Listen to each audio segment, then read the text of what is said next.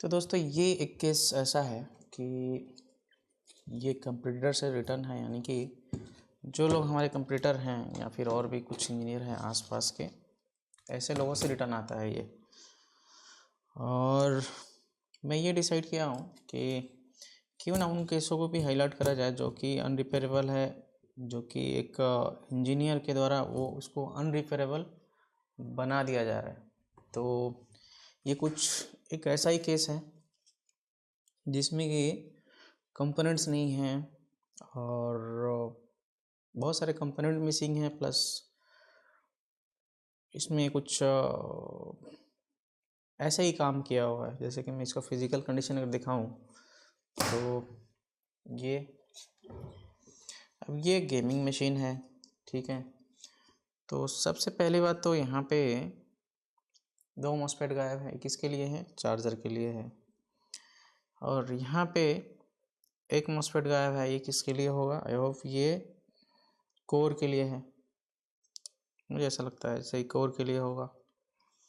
उसके बाद यहाँ पे ये जो है यहाँ ये आप कह लो कि इस पैकेज में और एक यहाँ पे कंपोनेंट होना चाहिए जो कि नहीं है, और इसको भी उल्टा पुल्टा लगाया गया है, यहाँ पे दिख रहा है। तो इस तरह से केसेस हो रहे हैं आजकल। ये लॉक टूटा हुआ यहाँ पे नहीं है।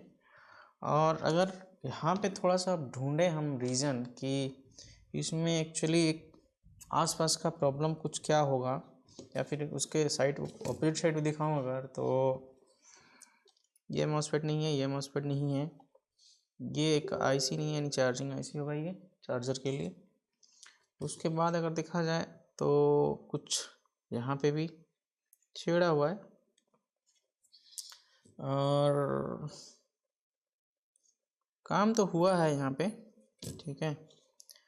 तो अब ये बोर्ड जो है क्या रिपेयर के लिए लायक है, या बन पाएगा, या फिर मैं या खुद कंपनी को ही दे दें तो क्या इसको बना पाएगा?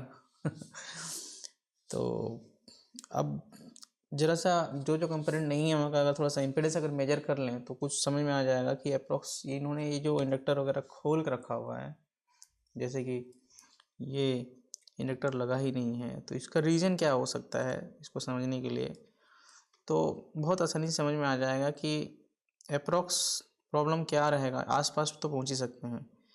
तो एक बार के लिए मैं यहाँ पे मेजर करता हूँ कि इसके इम्पीडेंस है ना, इनके नियम लेते हैं।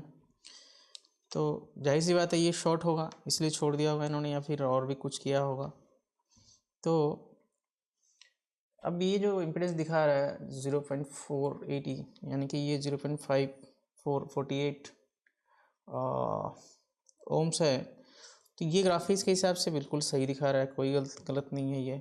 तो फिर अब क्वेश्चन है कि इसको क्यों उखाड़ा, ये क्यों निकाल दिया, प्रॉब्लम क्या है?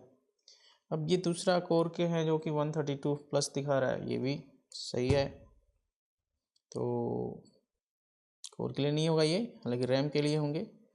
उसके बाद ये 28 जो है आई थिंक ये VCC ऐसे होगा, सही है, कोई दिक्कत नहीं है।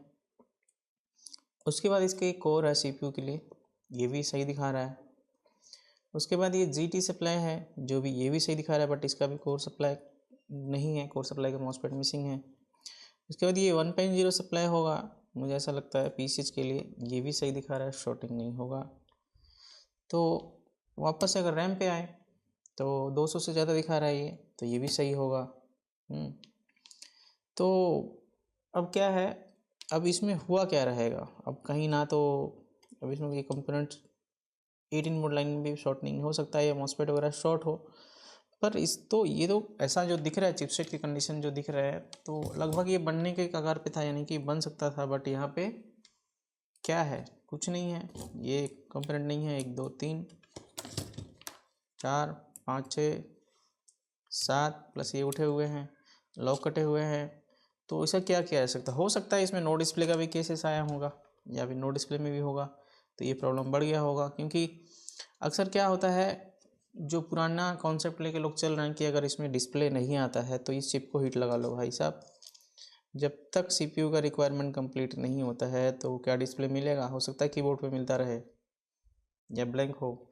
तो बहुत सारे रीज़न हो सकते हैं। तो ये कम्प्लीटली इंजीनियर के द्वारा डैमेज किया हुआ बोर्ड है, जो कि ये अभी कचरा हो चुका है, इसको हम कचरे में भी फेंक देंगे तो चलेगा, कोई दिक्कत नहीं है।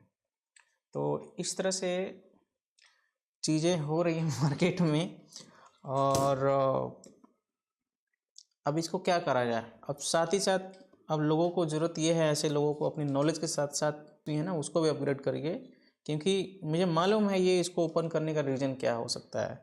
इन्होंने जो DMM यहाँ पे यूज़ करा होगा इसको चेक करने के लिए, उसमें वो 0.50 दिख ही नहीं रहा होगा, तो 0 इवन 1 ohms के नीचे भी नहीं दिख रहा होगा, तो कैसे जान पाएंगे कि ये सही है या नहीं है इम्पीडेंस यहाँ का।